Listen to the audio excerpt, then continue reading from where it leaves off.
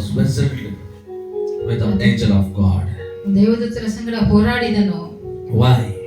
ಯಾಕೆ? He asking God, until you bless me, I'll never leave. ಆತನು ದೇವರಲ್ಲಿ ಕೇಳಿಕೊಳ್ಳುತ್ತಿದ್ದನು, ನಿನ್ನ ಆಶೀರ್ವಾದ ಮಾಡುವ ತನಕ ನಾನು ನಿನ್ನನ್ನು When ಬಿಡುವುದಿಲ್ಲ. the heavens were opened, automatically the deceiver became God's loved one. ಯಾವಾಗ ಪರಲೋಕವು ತೆರೆಯಲ್ಪಡೆಯಿತೋ ಮೋಸಗಾರನು ದೇವರಿಗೆ ಇಷ್ಟವಾದವನಾದನು. Hallelujah. Hallelujah. God gave him name Israel. ಯೇಸು ಸ್ವಾಮಿಯು ಆತನಿಗೆ ಇಸ್ರಾಯೇಲ್ ಎಂಬುದಾಗಿ ಹೆಸರಿಟ್ಟರು. Heavens open, automatically you see the wonderful miracles happens. ಪರಲೋಕವು ತೆರೆಯಲ್ಪಟ್ಟಾಗ ಸುಂದರವಾದ ಅದ್ಭುತ ಕಾರ್ಯಗಳು ನಿನ್ನ ಜೀವನದಲ್ಲಿ ನಡೆಯುವುದನ್ನು ನೋಡುತ್ತೀಯಾ? Whenever heavens open, there will be a ministry of the angels. ಯಾವಾಗ ಪರಲೋಕವು ತೆರೆಯಲ್ಪಡುವುದೋ ದೇವದೂತರ ಒಂದು ಸೇವೆಯನ್ನು ಸಹ ನಾವು ನೋಡುತ್ತೇವೆ. Hebrew chapter 1 verses 14. Are there not all ministering spirits sent forth to the ministers for those who will inherit salvation? ಇಬ್ರಿಯರಿಗೆ ಬರೆದ ಪತ್ರಿಕೆ 1ನೇ ಅಧ್ಯಾಯ 4ನೇ ವಚನ. ಇವರೆಲ್ಲರೂ ರಕ್ಷಣೆಯನ್ನು ಬಾಧ್ಯವಾಗಿ ಹೊಂದಬೇಕಾಗಿರುವ ಅವರ ಸೇವೆಗೋಸ್ಕರ ಕಳುಹಿಸಲ್ಪಡುವ ಉಳಿಗದ ಆತ್ಮಗಳಲ್ಲವೋ? Hallelujah. Hallelujah. The ministering spirit. ಸೇವೆ ಮಾಡುವ ಒಂದು ಆತ್ಮಗಳು. What that? ಏನದು? Angels. ದೇವದೂತರು. Hallelujah. Hallelujah. The angels send. The angels called ministering spirits. ದೇವದೂತರನ್ನು ಒಂದು ಸೇವೆ ಮಾಡುವ ಒಂದು ಆತ್ಮ ಎಂಬುದಾಗಿ ಕರೆಯಲ್ಪಡುತ್ತದೆ. When the heaven opens, automatically they will come and minister to our wherever we go in the name of Jesus Christ. The miracles will take place, healing will take place, deliverance will happen, devil will free, many things will happen. ಪರಲೋಕವು ತೆರೆಯಲ್ಪಟ್ಟಾಗ ನಾವು ಭೂಲೋಕದಲ್ಲಿ ಯೇಸು ಸ್ವಾಮಿ ಹೆಸರನ್ನು ಹಿಡಿದುಕೊಂಡು ಎಲ್ಲೆಲ್ಲ ಹೋಗುತ್ತೇವೋ ದೇವದೂತರು ಬಂದು ನಮಗೋಸ್ಕರ ಸೇವೆಗಳನ್ನು ಮಾಡುವ ಅದ್ಭುತಗಳು ನಡೆಯುತ್ತದೆ. 38 years. 38 ವರ್ಷ. This what can I say? Parastos spoke who had. He was completely dead man. ಒಂದು 38 ವರ್ಷ ಕೈ ಕಾಲು ನಡೆಯಲಾರದೆ ಒಂದೇ ಸ್ಥಳದಲ್ಲಿ ಆತನಿದ್ದನು ಪಕ್ಷವಾದಿಯು. Hallelujah. Hallelujah. And there is a Bethesda.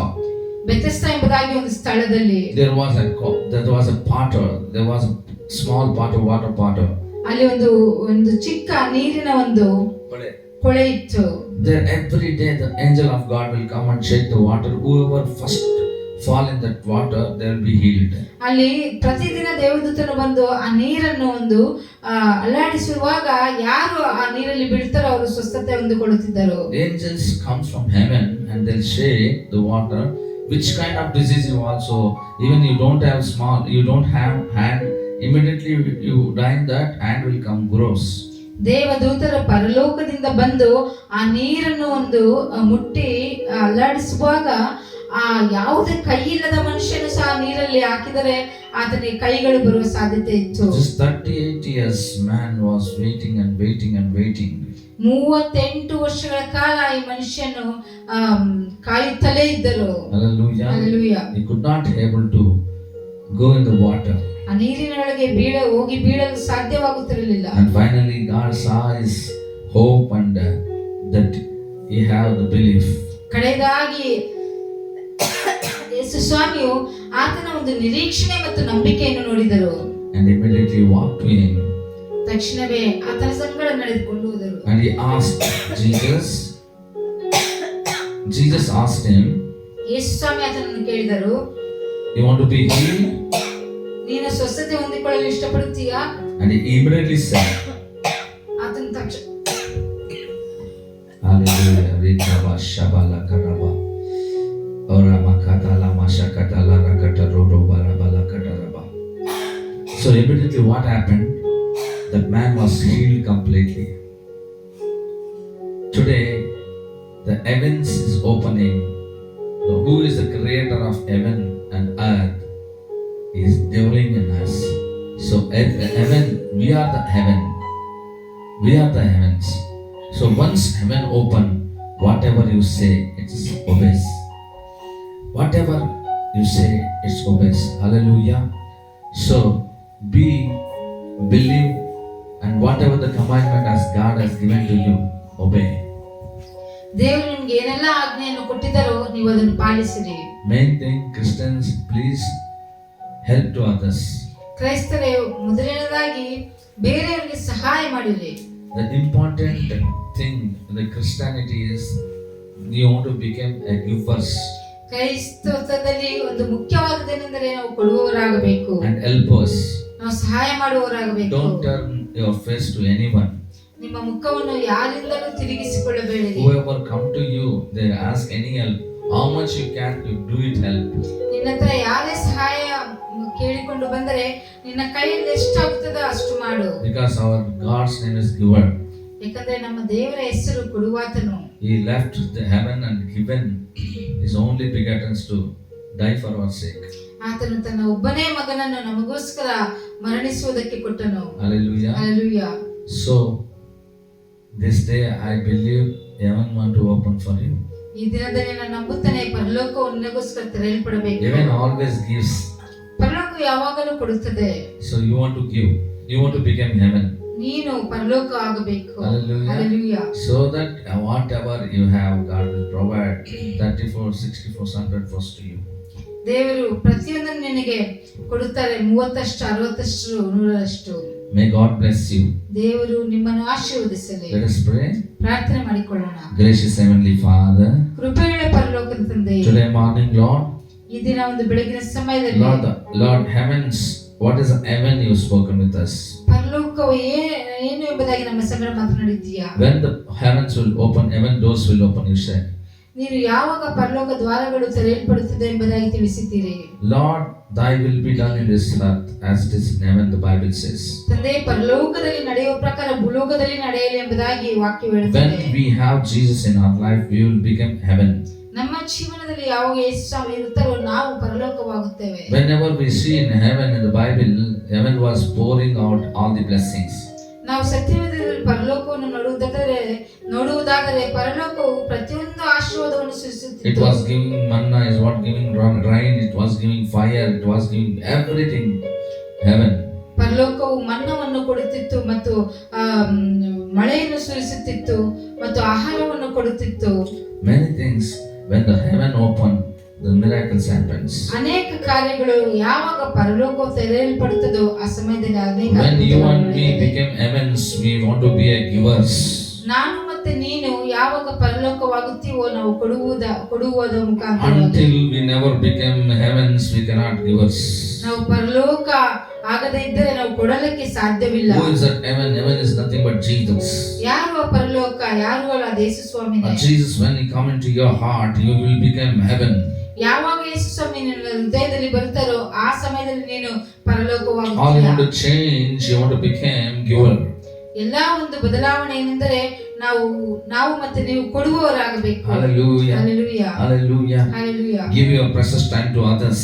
ನಿನ್ನ ಒಂದು ಅಮೂಲ್ಯವಾದ ಸಮಯವನ್ನು ಬೇರೆಯವರಿಗೆ ಕೊಡಿರಿ. Give your food to others. ನಿಮ್ಮ ಆಹಾರವನ್ನು ಬೇರೆಯವರಿಗೆ ಕೊಡಿರಿ. Give your clothes to others. ನಿಮ್ಮ ಬಟ್ಟೆಗಳನ್ನು ಬೇರೆಯವರಿಗೆ ಕೊಡಿರಿ. Whatever they have need, please help them. ಅವರಿಗೆ ಏನೆಲ್ಲ ಅವಶ್ಯಕತೆ ಇದೆಯೋ ಅವರಿಗೆ ಸಹಾಯ ಮಾಡಿ. Give until you die. Give. ಕೊಡು ಕೊಡು ಕೊಡು, ನೀನು ಮರಣಿಸುವ ತನಕ ನೀನು ಕೊಡು. Surely you will be with Jesus one day. ಯಾಕಂದ್ರೆ ನೀನು ಯೇಸು ಸ್ವಾಮಿಯ ರೀತಿಯಲ್ಲಿ ನೀನು ನಡೆದುಕೊಳ್ಳುತ್ತೀಯ. One day you will be like with Jesus. ನೀನು ಒಂದು ದಿವಸ ಯೇಸು ಸ್ವಾಮಿಯ ಸಂಗಡ ಇರುತ್ತೀಯ. Because you are carrying his character, so you will become like Jesus. ನೀನು ಆತನ ಜೀವನ ಶೈಲಿಯನ್ನು ಯಾವಾಗ ನೀನು ನಡೆಸಲಿಕ್ಕೆ ಪ್ರಾರಂಭಿಸುತ್ತೀಯೋ ನೀನು ಆತನ ರೀತಿಯಾಗಿ ಆಗುತ್ತೀಯ. Many are sowing to tithes now. ಅನೇಕರು ಈ ಸಮಯಗಳಲ್ಲಿ ದಶಮಾಂಶಗಳನ್ನು ಕೊಡುತ್ತಾರೆ. Where we want to give, Lord, we are coming income and my tithe is 1 lakh rupees. Where I want to give, I will split. Don't split it. ದೇವರು ನಾನು ಎಲ್ಲಿ ಕೊಡಬೇಕು? ದಶಮಾಂಶವನ್ನು ನನಗೆ ₹1,00,000 ಬಂದರೆ ಅದನ್ನು ನಾನು ಸ್ಪ್ಲಿಟ್ ಮಾಡಬಾರದು. What is it says? ಏನು ಹೇಳುತ್ತದೆ? My storehouse not to be empty. It want to produce the food. So sow into that place, he says. ನನ್ನ ಮನೆಯು ಆಹಾರ ಶೂನ್ಯವಾಗದಂತೆ ನೀವು ನನ್ನ ಮನೆಗೆ ಬಿತ್ತಬೇಕು ಎಂಬುದಾಗಿ ಹೇಳುತ್ತಾರೆ. All your vendors who is praying for you, who is caring for your families, and they don't want to lack for food. ನಿನಗೋಸ್ಕರ ಯಾರು ಪ್ರೀತಿಸುತ್ತಾರೋ, ನಿನಗೋಸ್ಕರ ದೇವರ ಬಗ್ಗೆ ಒಂದು ಉತ್ಸಾಹವನ್ನು ಕೊಟ್ಟು ನಿನ್ನನ್ನು ಯಾವಾಗ ಮೇಲಕ್ಕೆ ಎತ್ತುತ್ತಾರೋ ಅಂಥವರು ಯಾವುದಕ್ಕೂ ಕೊರತೆ ಪಡಬಾರದು. So you want to pray and sow to them. ನೀನು ಪ್ರಾರ್ಥನೆ ಮಾಡಿ ನೀನು ಬಿತ್ತಬೇಕು. The Bible says in Corinthians, 1 Corinthians chapter 3:16 it says.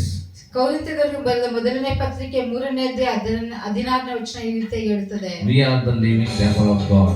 ನಾವು ದೇವರಿಗೆ ಆಲಯವಾಗಿದ್ದೇವೆ. Hallelujah. Hallelujah. So God will do mighty things in our life. ದೇವರು ನಮ್ಮ ಜೀವನದಲ್ಲಿ ಅದ್ಭುತವಾದ ಕಾರ್ಯಗಳನ್ನು Whoever ಮಾಡುತ್ತಾರೆ. go, whoever encouraging you, whoever praying for you, whoever teaching the word of God, sow to them your tithes. ಯಾರೆಲ್ಲ ನಿನಗೋಸ್ಕರ ಪ್ರಾರ್ಥಿಸ್ತಾರೋ, ನಿನ್ನನ್ನು ಯಾವಾಗ ಎನ್ಕರೇಜ್ ಮಾಡುತ್ತಾರೋ, ದೇವರ ವಾಕ್ಯವನ್ನು ಹೇಳಿ ಅಂತವರಿಗೆ ನೀನು ಬಿತ್ತು. They don't want to lack anything. ಅವರು ಯಾವುದಕ್ಕೂ ಒಂದು ಕೊರತೆ So ಪಡಬಾರದು. God will pleased doing your work. ನಿನ್ನ ಕಾರ್ಯಗಳನ್ನು ನೋಡಿ ದೇವರಿಗೆ ಇಷ್ಟವಾಗುತ್ತದೆ. You became a child of God. ನೀನು ದೇವರ ಮಗುವಾಗುತ್ತೀಯ. May God bless you all. ದೇವರು ನಿಮ್ಮನ್ನು ಆಶೀರ್ವದಿಸಲಿ. Whoever Lord started to sow to that kind of way, bless them mightily and use them for your glory. ಯಾರೆಲ್ಲ ಆ ರೀತಿಯಲ್ಲಿ ಬಿತ್ತಲಿಗೆ ಪ್ರಾರಂಭಿಸಿದರೋ ಅವರನ್ನು ಆಶೀರ್ವದಿಸು ಮತ್ತು ನಿನಗೋಸ್ಕರ ಅವರು ಚೆನ್ನಾಗಿ ಕೆಲಸ ಮಾಡಲಿ. Thank you Lord giving this wonderful privilege. ತಂದೆ ಒಳ್ಳೆ ಸಮಯ ಕೊಟ್ಟಿದ್ದಕ್ಕಾಗಿ ನಿಮಗೆ ಸ್ತೋತ್ರ. In Jesus' mighty name I pray. ಯೇಸುವಿನ ಅದ್ಭುತವಾದ ಹೆಸರಿನಲ್ಲಿ ಪ್ರಾರ್ಥಿಸುತ್ತೇನೆ. Amen. Amen. Hallelujah. Hallelujah. Hallelujah. Hallelujah. We'll see you very soon. ನಿಮ್ಮನ್ನು ನಾವು ಶೀಘ್ರದಲ್ಲಿ ನೋಡುತ್ತೇವೆ. Next week we'll see you. ಮುಂದಿನ ವಾರ ನೋಡುತ್ತೇವೆ. Hallelujah. Hallelujah. May God bless you. ದೇವರು ನಿಮ್ಮನ್ನು ಆಶೀರ್ವದಿಸಲಿ. Hallelujah. ಆಮೆನ್.